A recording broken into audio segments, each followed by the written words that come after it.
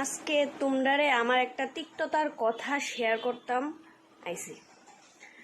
ফেসবুকে ভিডিও দিতে দিতে আর ভাল লাগতেছে না, ডেলি অত যন্ত্রণা, অত হেডেক, কিন্তু ভিউজ তো আর হয় না, লাইকও হয় না, কমেন্টও হয় না, ভিউজ হয় না, হয় কি আর না, মনের মতো নয় না।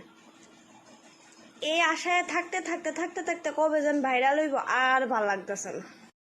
এর লেগে ভাবতেছি যে ওখানে আর ভিডিও করতাম না, ভিডিও করন ছাইড়া দিমু, একদম টোটালি ছাইড়া দিমু, আর ভাল লাগে না।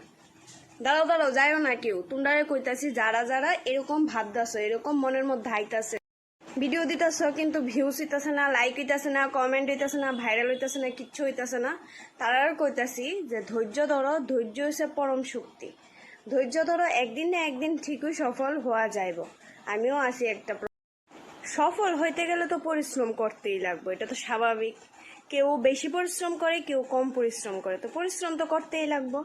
তো পরিশ্রম করে যাও, একদিন না একদিন খুশি সফল সবটাই আইব।